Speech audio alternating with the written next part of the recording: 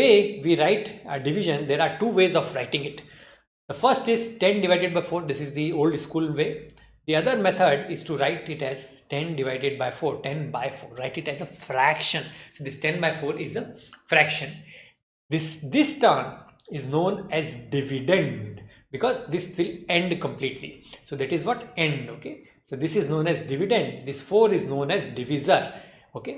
This 4 is known as divisor. When we write it in the form of fraction, this 10 becomes the numerator, the 4 becomes the denominator, okay. So the top one is numerator, bottom one is denominator, okay. The number that we have here, the first operand of division is the dividend.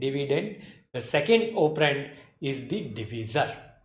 Hopefully terminology is very clear. Now let us understand how we do this division operation. So if you are dealing with this fraction, the first thing that we can do is that we can just multiply or divide both top and bottom by 2. So 4 divided by 2 is 2, 10 divided by 2 is actually 5. So this is equal to 5 by 2. If we want to do the long division, the old division, we can do that too. And the way it works is I write 10 here and then 4 here. So 10 is written here, 4 is written here. The first thing I do is I try to multiply this 4 as many times as I can such that the answer does not become bigger than 10. So 4 ones are 4, 4 twos are 8, 4 threes are 12. So I would not do 4 threes are 12 because 12 is bigger than 10, but I can do 4 twos are 8 and I write 8 here.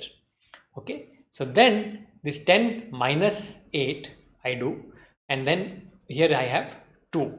Now this 2 is, of course, what I have here is 2. This 2 is less than 4. So this 2 cannot go in 4. Okay, I cannot do 4 ones are 4, 4. I cannot do anything because this 2 is become less than 4.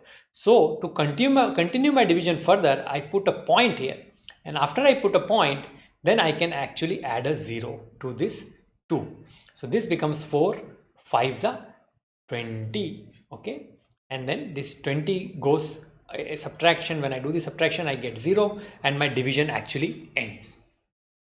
If I wanted to find the remainder, then I could have ended my division right here when I got the answer of 2, and I could have said that when 10 is divided by 4, the quotient is 2 and the remainder is 2. Okay, that is one way of writing it. That is one way of speaking the division operation, that when 10 is divided by 4, the quotient is 2, what I had on the top, that is 2, and what I had on the bottom, what was remaining, the remainder was 2.